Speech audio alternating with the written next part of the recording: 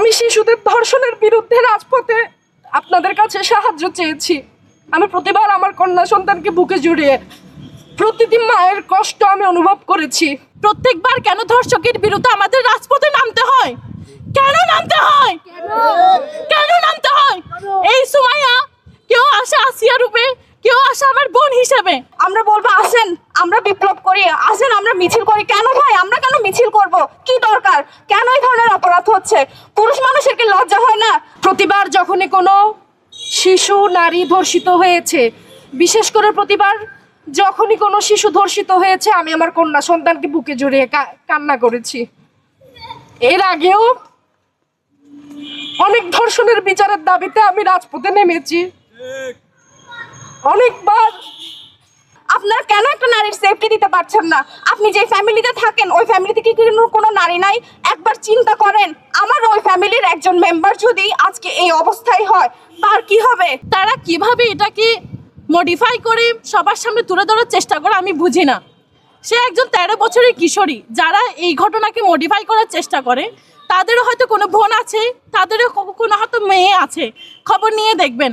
কিন্তু আমার আফসোস হয় কেমনে তারা এই ঘটনাগুলো করে মডিফাই করে। আর আল্লাহর রাস্তা আপনাদের কাছে দুইটা হাত ধরে আমি বলতেছি, যে চেয়ারে বসে যে দায়িত্বটুকু আপনি পালন করতে পারতেছেন না, আল্লাহর রাস্তা ছেড়ে দেন। এই চাকরি লোক দেখানোর জন্য ক্যামেরার সামনে এসে কথা বলবেন বড় বড় আমরা করছি হ্যান ত্যান, এসব করেন না।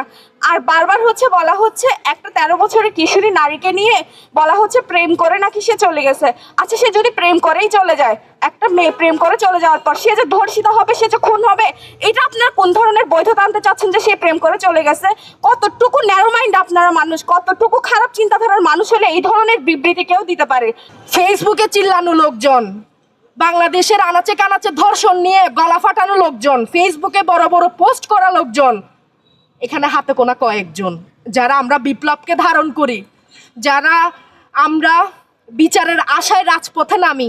অন্তত একটা মানুষ বাড়ুক, একটা মানুষ বিপ্লবের দিকে আসুক, একটা মানুষ ধর্ষণের বিপক্ষে কথা বলুক। কেন দর্শককে মৃত্যুর পরে অ্যারেস্ট করা হয়েছে? যদি তার মৃত্যুর আগে যদি দর্শকের অ্যারেস্ট করা হতো তাহলে আজকে দর্শকরা সবসময় রেহাই পেত না। রেহাই পাচ্ছে বলে দিন দিন আমাদের সমাজে দর্শক বেড়ে যাচ্ছে, যার কারণে যদি একটা দর্শক আমাদের 5টা না, একটা দর্শকের জনসম্মুখে ফাঁসি দিয়ে আগুনে পুড়িয়ে মেরে ফেলা হোক, তারপর দেখবেন দর্শকের বিচার চাইতে আমাদের প্রত্যেকটা সময় রাজপথে নামতে হতো না।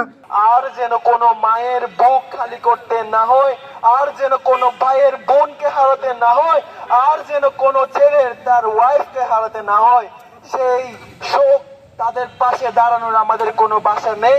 আমি প্রশাসন এবং ইন্টারিম সরকারকে বলবো, আপনারা প্রত্যেকটা ধর্ষণের সামনে যদি কোনো ধর্ষণ হয় পুরো দেশে, সেই প্রত্যেকটা দায়ভার আপনাদের নিতে হবে।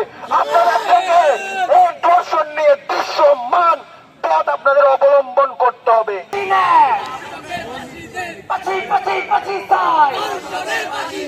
দর্শকের ফাঁসি চাই, রক্ত রাখলে রক্ত নেয়।